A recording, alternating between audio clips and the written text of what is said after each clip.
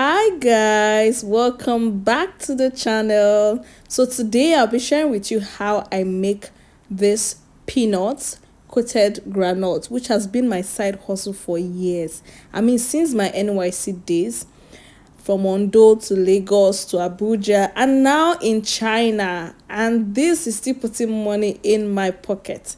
So without further ado, let's dive right into the video. This is an overview of all you'll be needing to make this peanuts. Don't you worry, a list of everything will be in the description box and I will give more details as I put in every ingredient. Now, depending on the quantity you're making, you will need a number of eggs. The measurement of everything will be in the description box, so don't you worry. Now, I'm using 5 eggs, and this will be perfect for the quantity of groundnut I have. Now, after cracking the eggs, you want to add your liquid. That's in this case my flavor. Now, you know the basic rule of baking: liquid ingredients together, powdered ingredients together. That still applies here. That's the method I use in most of my pastries. So we're adding the flavor of choice. I use vanilla flavor, and then we're going in with salt and sugar. Like I said, the measurement of everything will be in the description box. Now we're going to set that aside and prep our flour. In this flour, I'm adding some powdered milk and some coconut meat. I'm also going to grate nutmeg in it, just a little amount. Remember, you're not making chin-chin, so you don't want the nutmeg to be too much. In fact, you can even ignore it if you don't want to. You can do away with the nutmeg and the coconut meat if you don't want to. But milk, please add milk, except if you're lactose intolerant. These are the things I add to my peanuts that is so crunchy, it's so yummy, and my customers cannot get enough of it. I mean, you saw the chat or the reviews from some people have bought my peanuts, guys. Some people ask me, what do you put in your peanuts? So this is what I put in my peanuts. I'm sharing my trade secret for you guys now. Like, I'm sharing it for free. Now on the granite, time to prep it. You want to ensure that your granite is clean. Like, it's clean. You know, granite sometimes has bad ones, and when you mistakenly chew on that bad one, it changes your whole taste. You don't want to be in that situation. You don't want your customers to be in that situation. So take out time to clean your granite, take out the bad ones, prep them neatly, like I already did. My granite was clean actually, so I was just doing like double check for it to ensure that it's perfect. Now that we have all our ingredients ready, you want to put in a little amount of the egg mixture into the granules. Just spread it. Then you're going to sway your bowl like this, like I'm doing.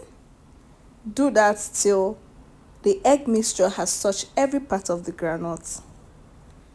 You want to keep moving the bowl round till it's properly coated with the wet ingredients. Once that is done, spread some amount of flour on the granite, not too much. Please be mindful not to put in too much rather. Move the bowl round, sway it round till it's properly coated. Now I'm going to take the process a couple of times for you to see.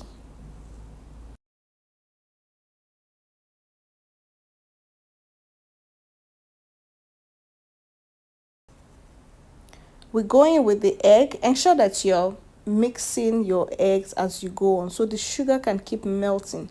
You know, once you keep it, the sugar tends to sit below the bowl, so keep mixing so your sugar can melt. You're going with the mixed eggs. What am I saying? You're going with the egg mixture, not too much. Move the bowl around, sway it till it's properly coated, and then you go in with the flour.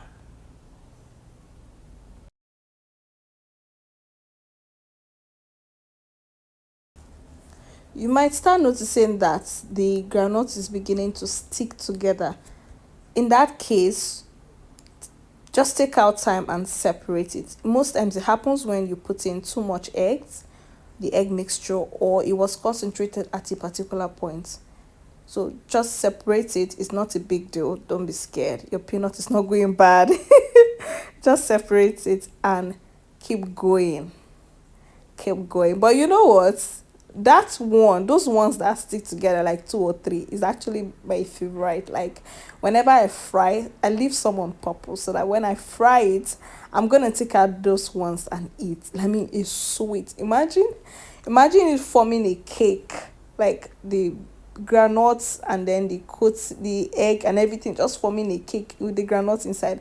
It's always nice, and I look forward to that whenever I'm making peanut. Like I intentionally leave some so that once the peanut is fried, I'm gonna take it out and give myself some, like well done kind of a treat. Yeah, so as you can see closely what I'm doing, this is all you need to do to coat your peanut. Now I'm going to coat it off the camera. Like I'm just going to go on off the camera. Of course, if I do that here, this video will be longer than expected, and I don't want it to be too long. You get it. You get how we do it. Now I'm going to come back when I'm almost done. So for the benefit of those who are at the back, those who cannot see very well, I'm doing it again closely. This is it. Your egg mixture, swirl the bowl. I mean, just move it round till it's properly coated. Like the egg mixture has touched every part of the granules. Then you go in with the flour. Once you add the flour, you do the same thing. You put in your flour, a good quantity, not too much, remember? And then you swirl your bowl. Shake it a little bit, round and round and round and round. And then you have this.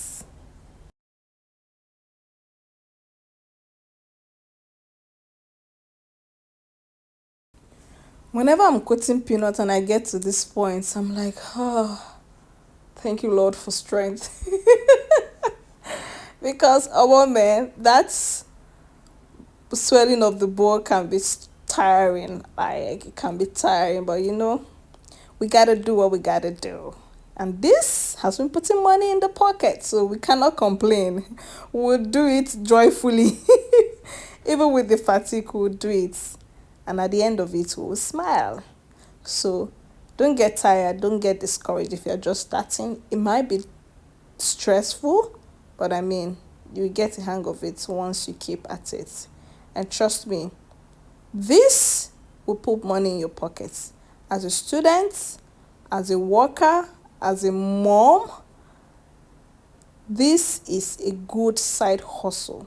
Like when you're going to work, you could just take out weekend, make this, pack it nicely, take it to your office. People who work want to have one or two to snack on. Trust me, they want to have one or two to snack on while you're working. You just want to be snacking on it. And the way this peanut moves, because I mean, just imagine just throwing one into your mouth. The next minute you're throwing one to your mouth. That's how you keep throwing one. Before you know it, the whole bottle is gone. Oh, do you still have peanuts? Please, I want more. I want one more bottle. You see, you're in class, you're going to school. Take some of this, pack it nicely for your classmates, and then during break, oh, I sell peanuts. Oh, I have peanuts for sale. Before you know it, you're building a very strong customer base. Now I fry with my deep fryer, and this is way easier than the pot method. I'm also going to show you the pot method, but if you can afford the deep fryer, please go for it. It's going to save you a whole lot of stress. With the deep fryer, just put in your oil. Once it heats up, pour in the peanuts, and you just need to check it at intervals and it's done. So for your pot, put some vegetable oil in the pot, heat it up to medium. You don't want the oil to be too hot. Pour in the coated peanuts, mix. Now this is the trick with this pot. You have to keep stirring it. Like there's no other way. You have to keep stirring it till it's done, because the moment you leave it, it's going to burn. So you need to keep stirring it till it's properly fried. Yes, keep stirring till it's properly fried. So another tip, please use a deep pot, a deep frying pan. You can see how this is beginning to foam. You don't want to waste your oil, so use a deep frying pan so that when it begins to foam this way, you're safe. And this foaming is not even a question of quality of oil or something like that. No, I've been making peanuts for almost 6 to 7 years now, and I can tell you it's not the quality of your oil, it will definitely foam. And yeah, our peanut now is ready. Very crunchy, very tasty, very milky. I'm going to show you how I package the peanuts. Now I have my Ziploc bags and my stickers. I just place it, just open carefully and add the peanuts to the pouch. Once that is done, I'm going to put in a desiccant inside. Now this is to sustain a state of dryness and just basically increase the shelf life of this peanuts. You want it to be crunchy whenever you're eating it, or whenever your customers are eating it. Yes. So once that is done, I'm just going to go ahead and seal it with a sealing machine. And the peanut is ready. Like full production from the comfort of my home, from my kitchen. You can see how this is done. So yeah, before you package your peanuts, please let it to cool off. You want it to cool off completely. Once that is done, then package it. Please don't leave it open for too long. Once it cools off, package it. You know how groundnut tastes once there's air in it. The same thing goes for peanuts. You want it to be crunchy, and this can last up to 6 months if properly stored in an airtight container. So I hope you learned, not even learned, I'm sure you learned something. So give this video a thumbs up, leave a comment, share and subscribe. Thank you for watching.